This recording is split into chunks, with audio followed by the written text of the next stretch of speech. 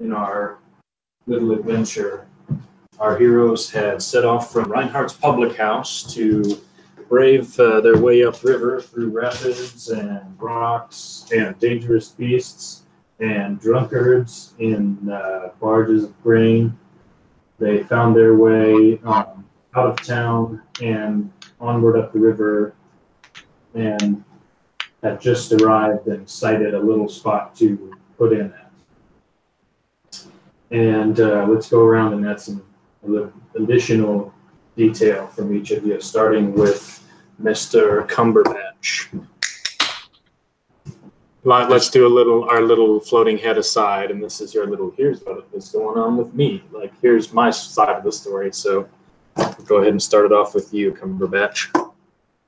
Well, we recovered the lackey, pet drug addict. It's good to have him back. I've got plans to continue my self-satisfying mission of manipulating this poor bastard into doing what benefits us. And then happy to be making it towards the Baron's place. That he will, I think that we're going to profit greatly from whatever we discover there. Okay, perfect. And Algiers, Langdon. Well, I am quite sick of Mr. Blue Shirt, Mr. Blue Sleeves over here. Nothing worse than a drug addict, I say. If people can't keep their animal instincts at bay, even within their own heart, then how are they supposed to be able to survive out here in the wild, in the Veldt land? Person like that doesn't deserve to be out here, and can't wait to be rid of him. And to say this whole party is shaping up to be a little bit of a mess, a little bit of an embarrassment for me having to bring them along to the Baron. The only one that I'm quite partial to is Mr. Cumberbund over there, who has a very, very keen way with his voice, able to has sold some quality merchandise to me, and can't wait to. He's going to be quite the asset when we get to the Baron's place. As for these others, take it or leave it. Okay. And Jerry. Well, right now, yeah. I'm mostly focused on getting this boat steered the right direction, but in general, I'm looking forward to finding money, getting back on my A game, and not entirely sure where this little is leading, but if the goblin attack was any indication, as well as the ritual we performed the other night, I think I'm hot on the trail of getting back on top.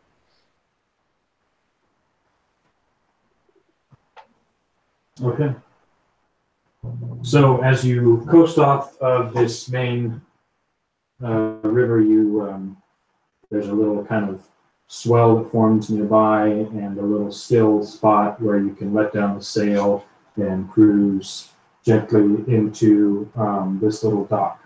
There's a little port here. You don't know what the story is with it, but there's this little. Right. Okay, here we go. So we've got Jerry on the tiller. Jerry, make a roll to get us in here safely along the dock. Okay. So I forgot to pull up the dice simulator. Hold on a second.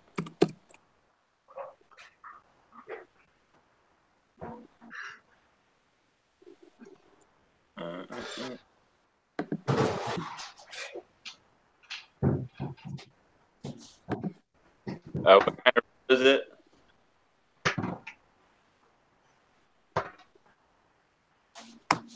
Woody? I didn't hear you if you said something. What kind of roll? Whatever you were using previously to pilot the craft, I think you had a specific kind of engineering skill or something. I think I was just using my dexterity before. Vehicle. Okay. Okay, 19. Okay, you succeed, and you definitely pull the tiller and you cruise in as Simon. Was his name Simon? Simon lets down the sail with Sideshow Steve's groggy assistance. And you guys pull up to this little dock, and everybody can smell this delicious smell wafting through the air.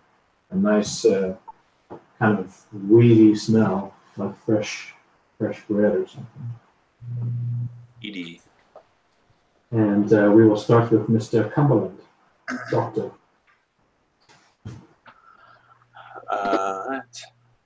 Do we get tied on? Yeah, if you want to jump off and tie us off, go ahead. All right.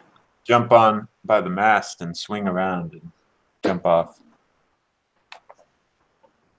Okay, you land on the deck there, and you get the boat tied off. And then we'll tie one off. Know what I'm saying? Tie one off. This weedy smell. Okay. And you look up and you see there's a much smaller dock than the Reinhardt house, but a little dock with a few tie-offs.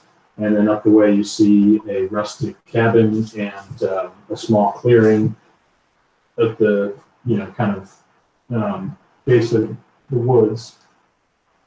And there is a little group assembled nearby. Looks like they're having a picnic outdoors.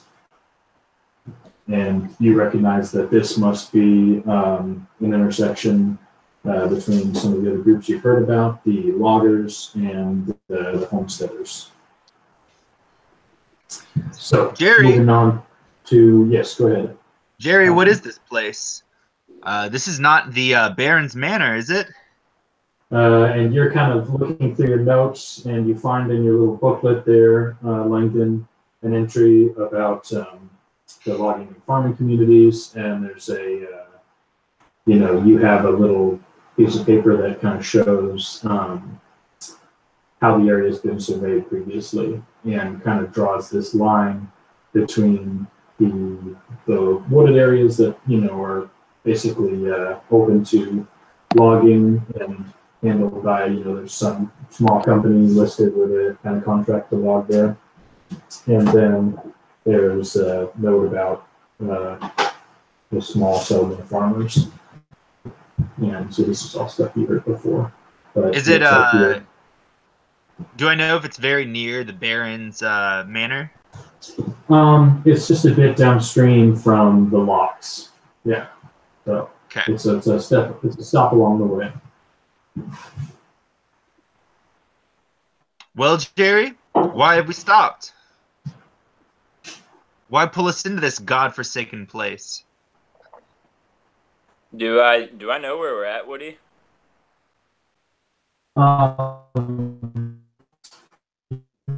You haven't been before, but off the stop in the river. So you can see what everybody else sees, and it looks like a spot where, loggers and possibly also farmers bring, their stuff to be loaded to take to the public house by a river route. Okay. Well, I'm not entirely sure why we stopped, but I think this would probably be a good place to sort of get our bearings back and maybe take a little break from the life on the boat. Fine. You take your break, but I want to be sure that we're at the Barrens before sundown. Night out here in the Veldt lands isn't kind to any of us.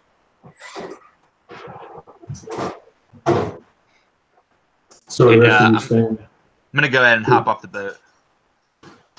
All right. Langdon dismounts from the boat in a haughty fashion, and Simon says, hey, if it's all the same, I think I'm just going to stay here on the boat. Me and Steve got a little bit of life coaching to do. I'm trying to mentor him on some good old home brewed wisdom. try to get his life back together. Oh Okay. no, you're not coming with us. Oh, my heart's broken. Don't touch anything. And if anything happens to it, I will hunt you down.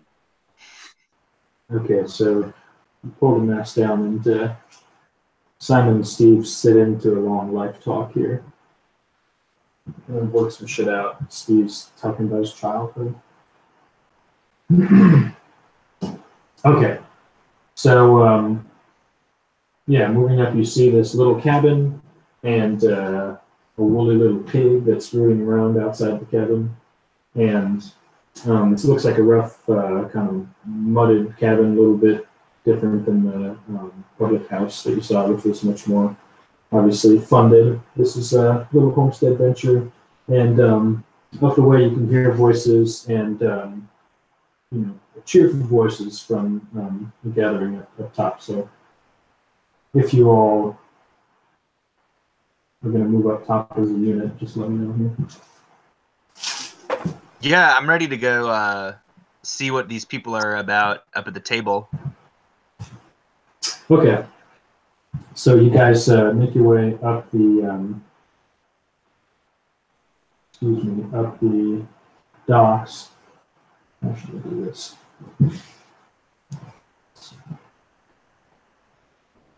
And you arrive on a quaint little scene where some rough-looking lumberjack types and some flea-bitten farmers have gotten together with a little spread, and looks like they're having a picnic together, basically.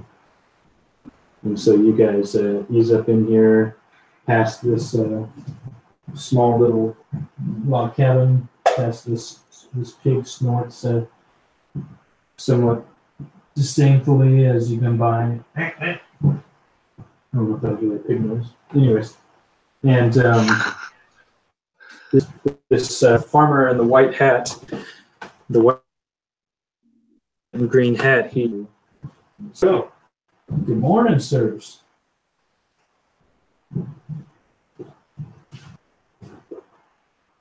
What are y'all doing here?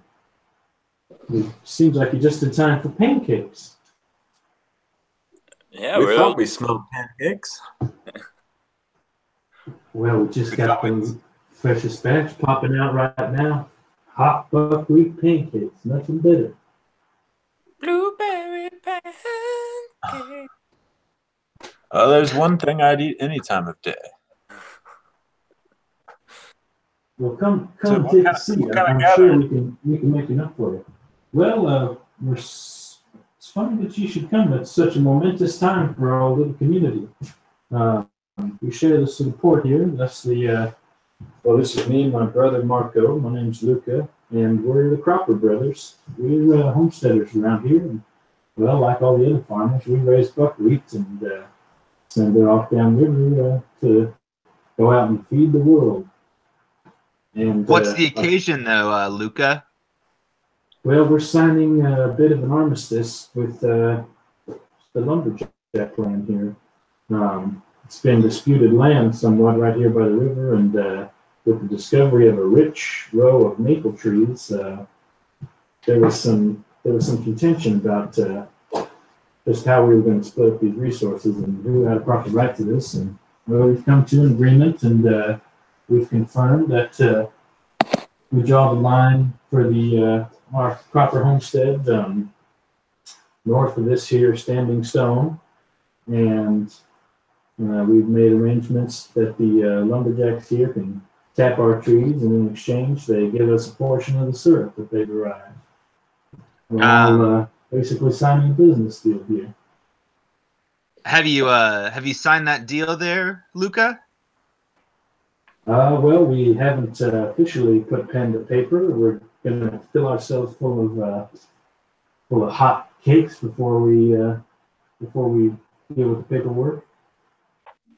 Well, you're mighty lucky then. I'm a certified border beater, and you may not want to take that deal, but I'd be happy to evaluate it for you if you'd like, to make sure that you're getting a fair price and a fair gain.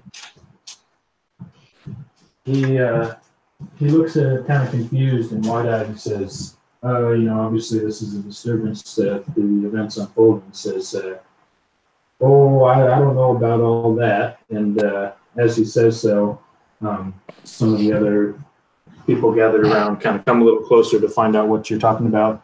And you see these two burly lumberjack types coming up behind you from across the table. They've both got little bibs tucked into their shirts. They're all ready to eat pancakes. And hold on. Hey, what's going on here? Who's this fella? Pleasure to meet you, sirs. I'm Langdon Alger. I am a certified border beater, and we just came across your encampment here, and I found about your little deal. Just wanted to offer my services. It's only the right thing for me to do. And I'd be happy to look over your contracts, make sure that both parties are getting an equal settlement here. Well, I don't think that's going to be necessary. We've already come to an arrangement, and besides, we know that the proper deed starts north of the standing stone here, and well, seeing as how these trees are within that boundary, they belong to the croppers, and we're going to compensate them neatly for it. They get cut of all the trees that we tap. And then you see that the other brother speaks up and says, "Hold on, there's no hurt in just letting the man do his work." And then the other guy says, got any papers or anything to prove what you're claiming here, sir? Don't get a lot of surveyors out this way. Yeah, and I get out my surveyor's tools, which has my certification in it, from the Baron back at the homeland for me to come out here and price for him. And I said, well, is this the certification you were looking for? So the one brother grabs the papers in kind of a dirty hand and he looks them over and, looks like he doesn't really know what he's looking at, but he says, maybe they're kind of like looking around, shaking their heads, I don't know, seems legit to me. He says, okay, well, you guys want to come and have some pancakes? We'll talk about Certainly. This. Right, so I'd love to sit down and have some. Y'all gather up around the table there. And you see there's these big stacks of hot cakes just coming off the griddle, and they're big, kind of like rough buckwheat pancakes. Smells not entirely dissimilar to the strong brews that Reinhardt and his company make downriver. So you guys all settle in here, and says, "Oh, go on, pull up a chair." And you gather around for some pancakes. And let's make it top of the order here. It'll be Cumberland's turn.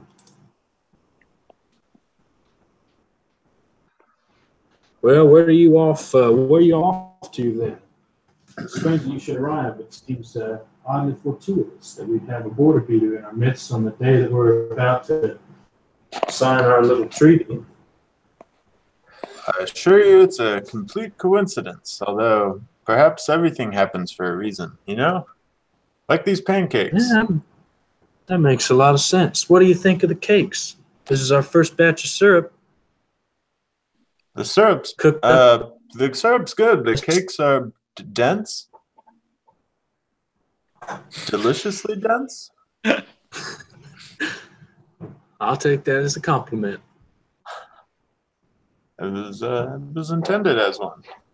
And you notice that this still looks basically identical to the one in the Reinhardt Public House. Say, what are you making in that still there? Well, that's where we boil down all the sap that we tap and make it up into syrup. And I'd say we have the workings of a real empire going on here. Syrup could be a great trade commodity. We can make maple rum out of it. It's going to be big business. This is the foundations that we build our children's estates on. Signing right here over this pancake breakfast. And we got hot coffee too, if you'd like some. Why didn't you say so? They got a hot pot, and they say, now that we got the still up in action, I see you were eyeballing it. I'm something of a distiller myself. Well, you might recognize this model if you came past the public house downriver. This is one of 3 stills that were shipped out from the mainland, from the city of Bridges. Some of the greatest craftsmen in the world shipped out these. There were 3 made and sent upriver here. One went to Reinhardt's Public House. One we put together, and there's a 3rd that belongs to the Baron.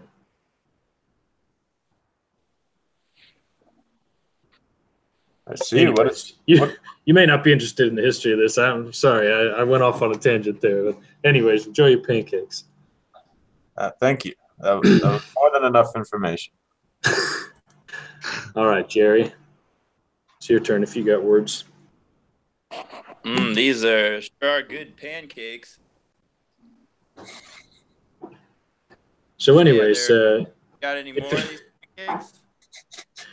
oh, here's another place. Slow down, son. You're going to burst your belly. If there's no other further messages from our new friends here, we'd like to move the business along. And this is one of the lumberjacks that's addressing you now. And hold up here. I'm still reviewing my book. Okay. And I'm looking through the information I have on this land, on that I've gathered from where Reinhardt's land begins versus where the Baron's land begins. And do they have like any sort of formal contract that they've written out? Yeah, it looks like they're preparing some papers to sign, but they look like, basically these are some, yokel country folk who, don't really know what they're doing with all this. And yeah, I can tell. But you look over their papers from over their shoulder, and you can see the information that you were required to use your skills as a surveyor to kind of confirm the validity of this arrangement. Do you want me to come out there?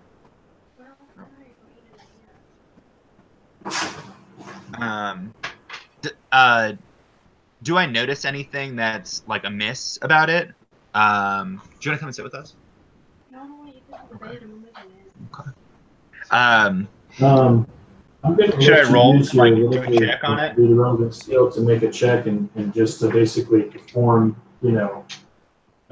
a survey of this area, because obviously there's a tight potential border dispute as to whether these grove particularly rich maple trees are going to land in the croppers side of the standing stone, as the croppers allege that's where the border is, or whether the border is in fact cool. Would that be like a survival check, you think?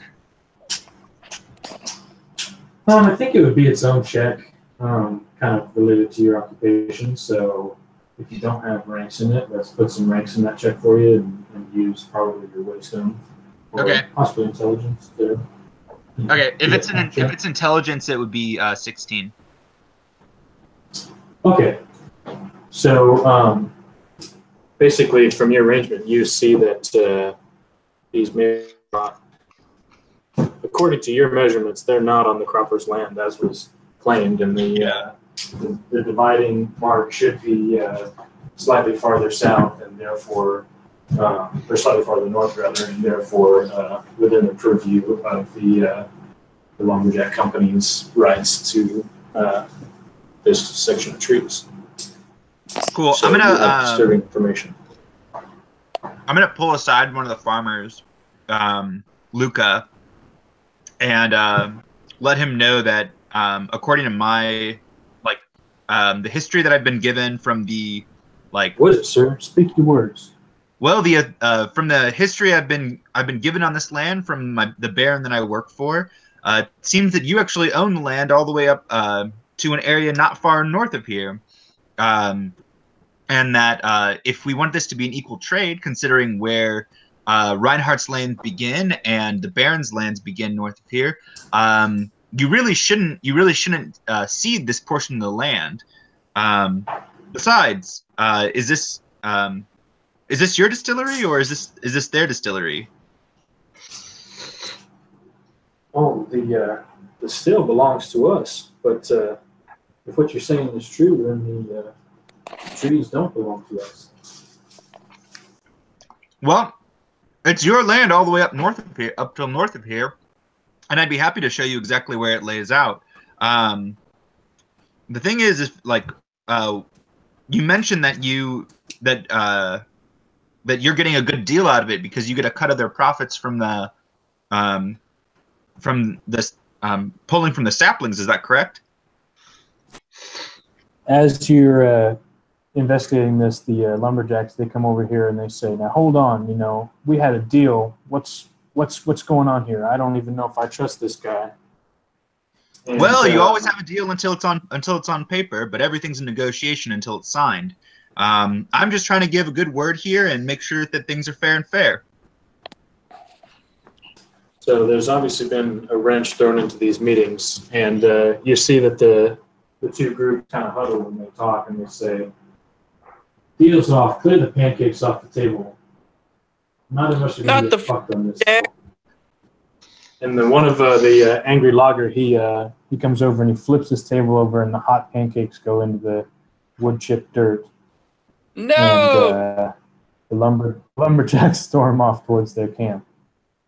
And well, I hear they were dense anyway. And so Luca says, "Listen, I appreciate your information, but I don't know what to believe here. We're potentially ruining a very lucrative deal. Me and my brother are going to go talk things over." And they kind of depart into their little farmhouse here, their little homestead place, and get left in this kind of empty clearing with hot pancakes on the ground, basically. And well, it was their own choice. It's your turn.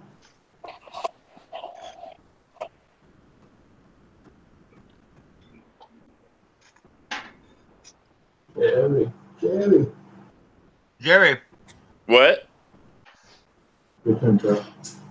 Your turn, Jerry. Okay. I mean, are the lumberjacks just storming off? No conflict? No conflict so far, but they're just fuming. They kind of have left the negotiation table here. Well, I don't know about those lumberjacks. They seem pretty hot-headed. Maybe this isn't really any of our business to get involved with. We've got our own agenda after all.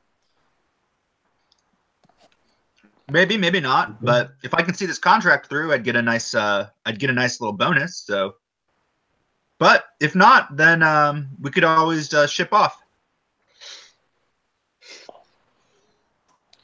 And what do y'all think? You hear some little bells, ding ding ding ding, and there's another little boat coming upriver, and you recognize it as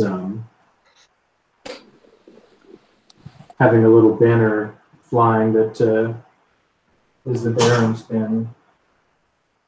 The Baron's coming down there with a few of his guards until he's got a little barge here. And they're carrying something underneath a sheet. There's a little something bunched up underneath the sheet here. And yeah, the Baron arrives on shore and hops off into his nightfall here. And they kind of come up and they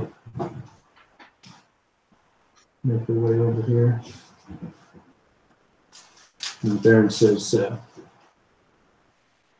"You there? Yeah." Me? What's going on? I'm here to oversee the settlement deal. Only I don't see any settlement going on.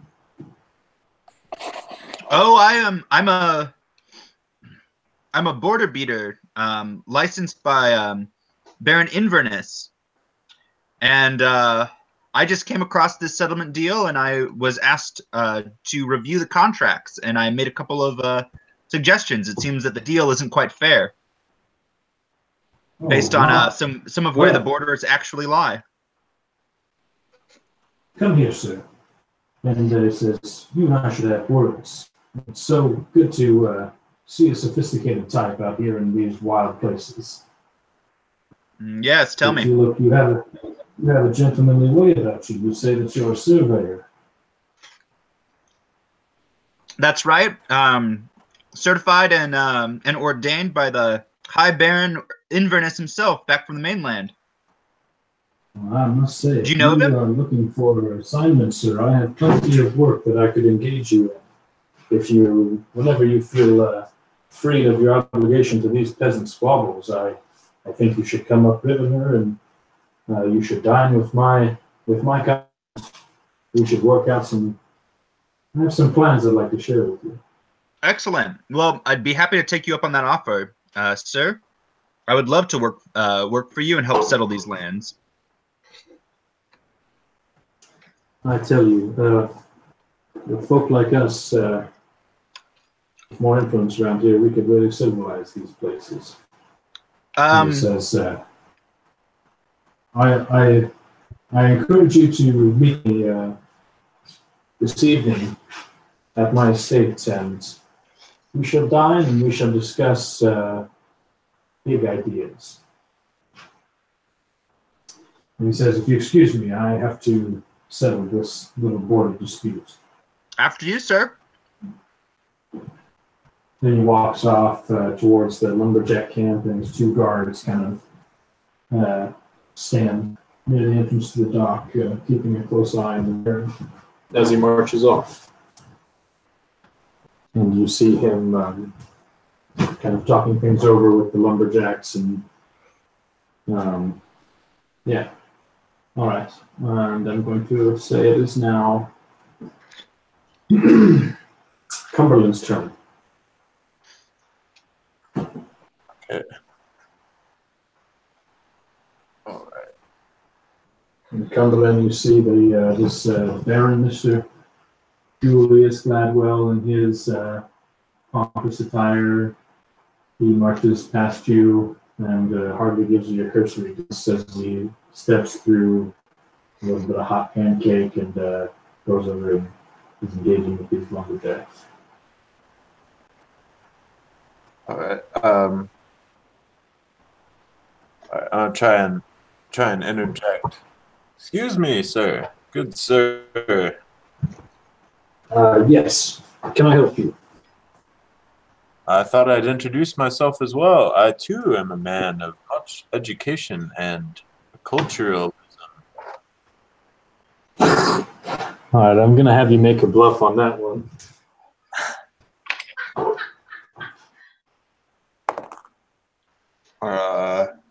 Six. Yes, I can see that there's some culture to you, sir. I'm sure you're growing all kinds of culture on your person.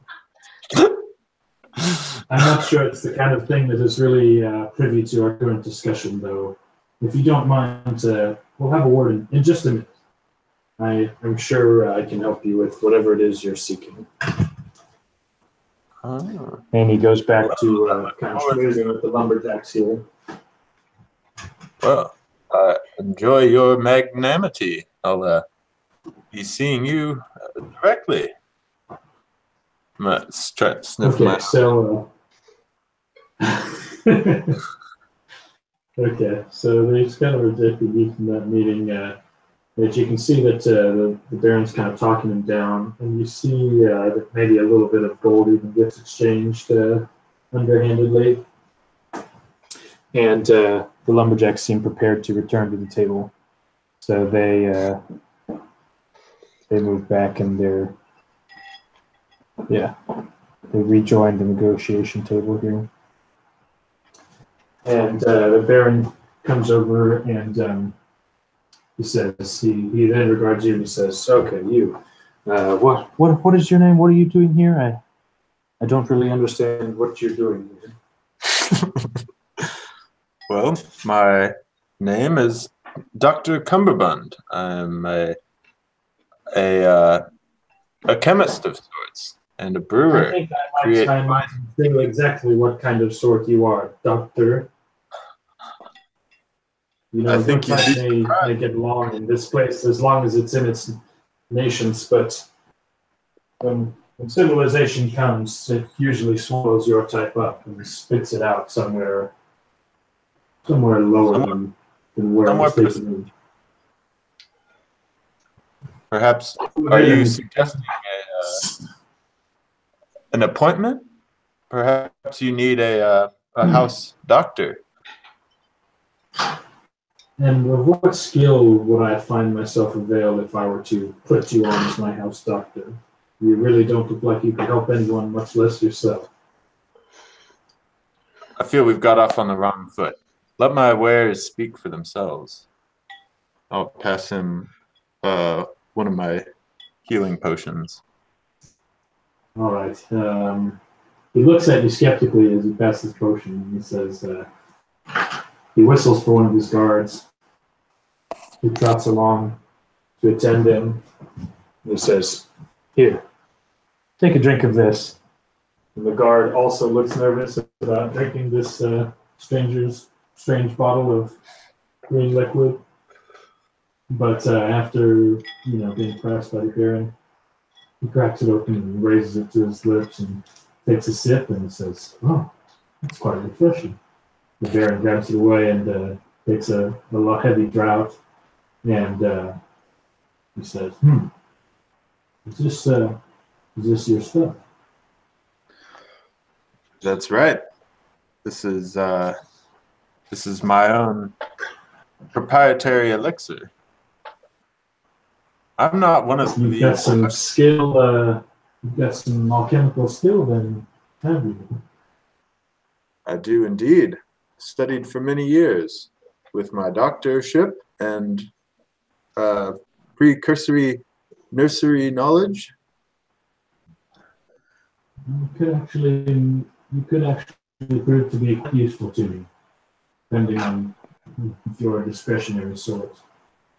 We'll keep that. Why don't you come along to my stake this evening, and we'll talk further in private. I would be honored. And he calls his guard, and they walk off over to the farmhouse. And you see that the guards post up outside the farmhouse, and the Baron goes in to speak to the farmers. And let's keep us back up here. Does anybody have any action that they want to take right now?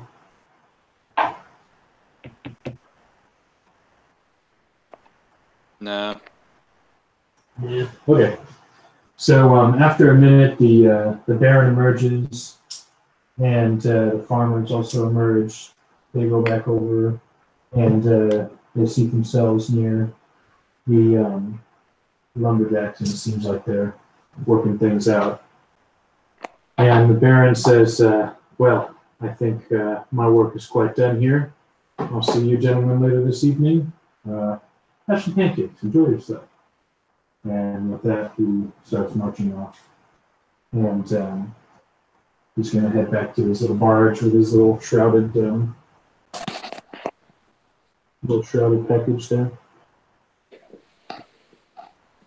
Could I make a spot check on try and get a better look at this thing that they've got on the barge? Yeah. You can move over by the barge if you want. I just want to see if I can get a little bit more detail here. Yeah, over there, and you see there's like this heavy silken kind of shroud that's covering something stacked in the back there. Can I get a sense for how long it is, or how wide? You get the sense that it's about, maybe a couple feet wide and a couple feet tall, maybe 3 feet tall. The size of maybe like a child, if like a child is standing, upright. But it doesn't appear to be moving or anything. I'm not insinuating that's a little bit. And Jerry, I'm going to give you a perception check here. Just roll wisdom, whatever your kind of spot skill is. 19. Okay. So you can feel your little claw moving in your breast pocket. Okay. Boink, boink, boink. There's a little scratch going on in your vest there. Okay. Can I tell which direction it's coming from? Yeah, if you pull out your little husker finger, it points out towards the Baron's barge there. And Okay. it's going boink, boink, boink, boink as the Baron departs upriver.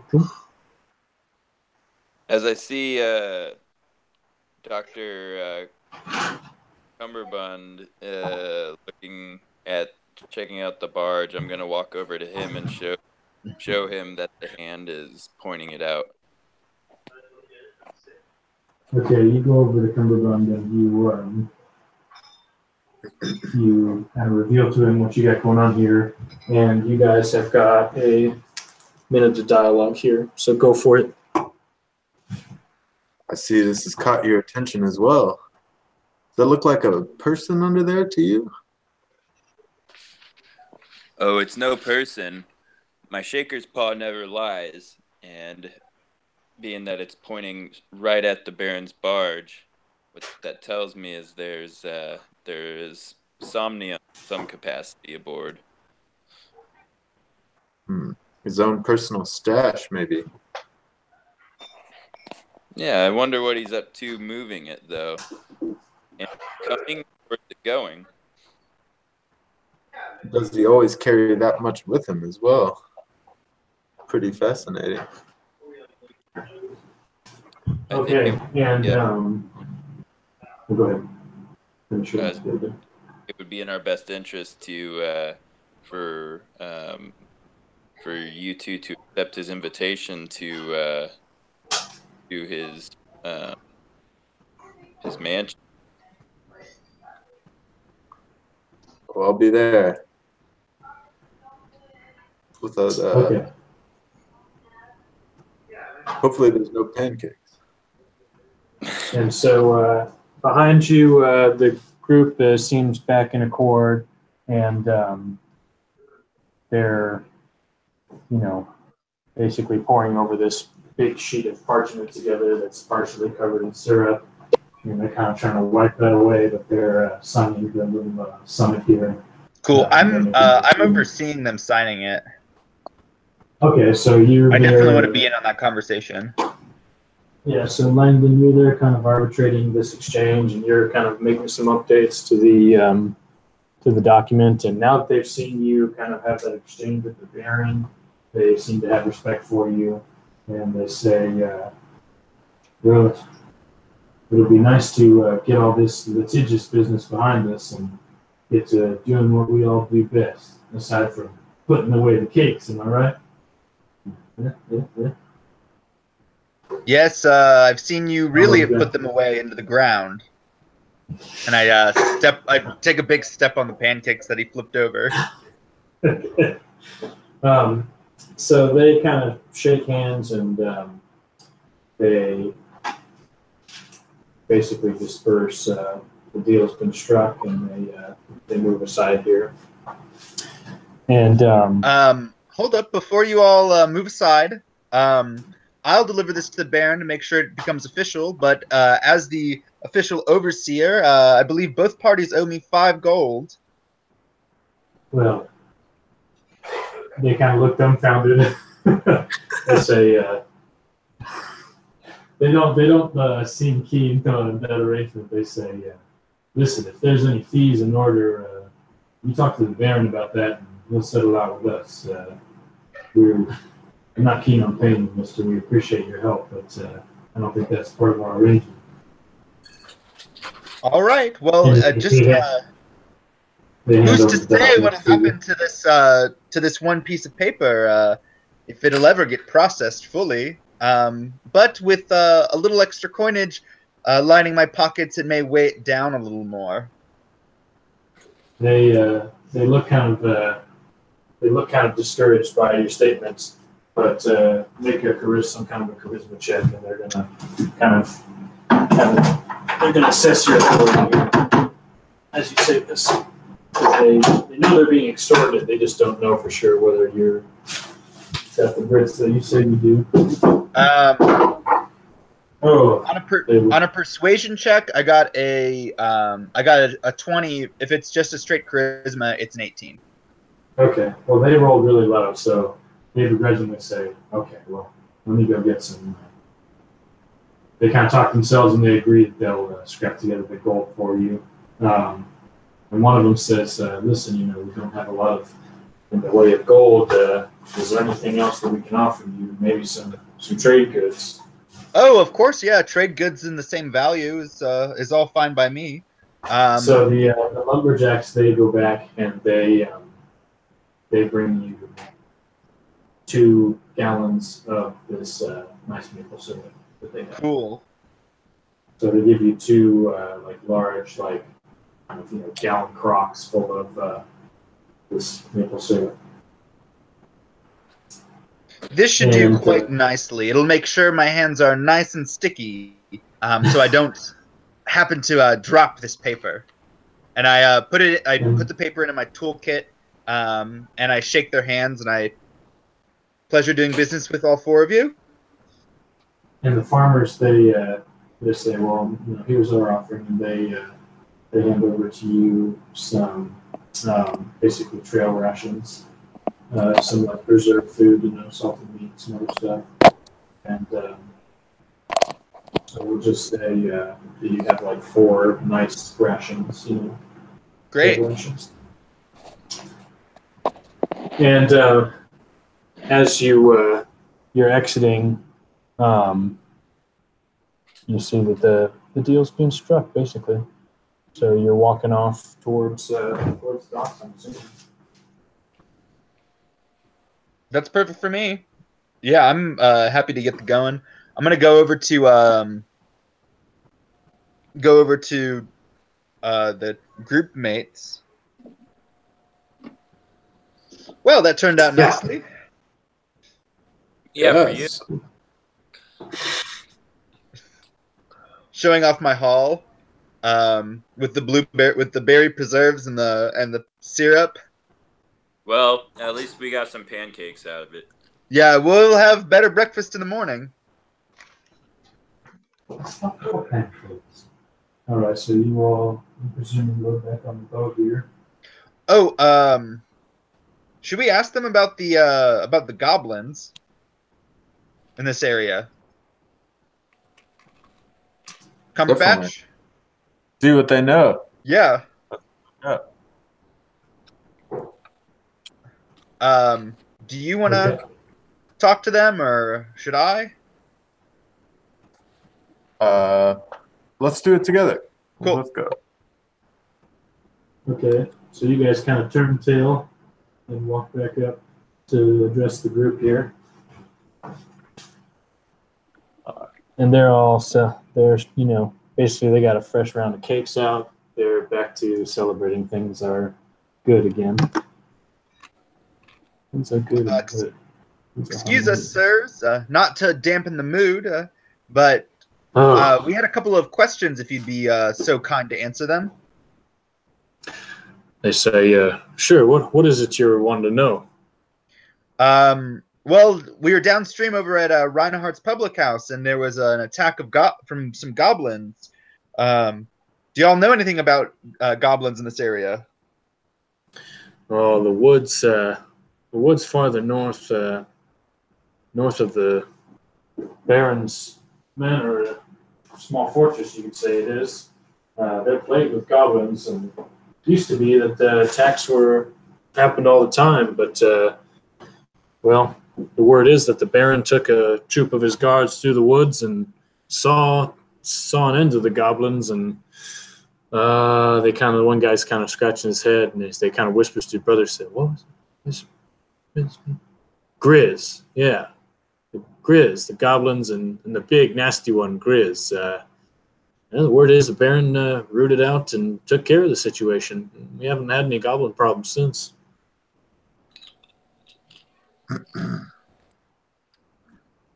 Have you ever communed with these goblins?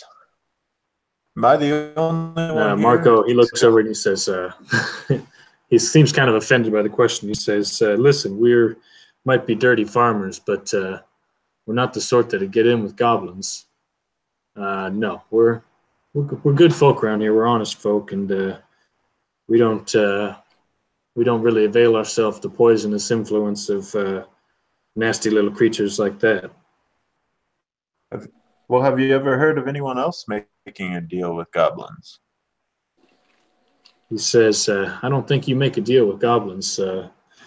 Shoot, we found it hard enough ourselves to make this deal over a delicious spread of pancakes. Goblin folk, they can't hardly help themselves in that respect. They're murderous, they're traitorsome.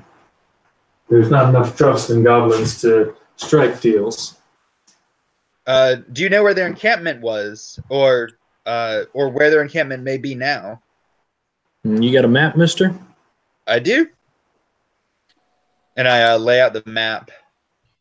He circles a spot and he says, there's probably a few goblins still holed up in that area if the Baron's dragoons didn't smear them all into the dirt. Thank you. Appreciate your information. And yeah. Cheers to your cakes. And I'm gonna take a little finger of maple syrup off one of their pancakes. Mm-hmm. All right, so they bid you adieu, and you think you got some information to point you in a direction, and yeah, I'm assuming that you're gonna all load back onto the boat then. Cool. Yeah, I'm ready to get back on the boat. Okay. Boat. Yeah. Everybody heads back, and you push off and continue downriver. And as you do so, you leave this little company of pancake eaters behind. And just a second. And you pilot your craft back out onto the water. And after you get a ways upstream, you see a stone structure kind of bridging the water, and you see out on this kind of bridge that goes across the water, partially, built up with the foundation kind of arching over the water, is the Baron's manor. And there's a little sort of overhang where his personal barge and another watercraft are docked there, and there's a space where you can go and station your boat. Okay, I'll guide us in. And so you get your boat pulled in, and then two nearby doors in the foundation, kind of double wide doors open up, and guards basically step out to greet you and say, you're expected, follow us, please. And they make their way back off into the manor. And that's actually where I'm going to end things for tonight. That's all I really have planned. So yeah, short session tonight.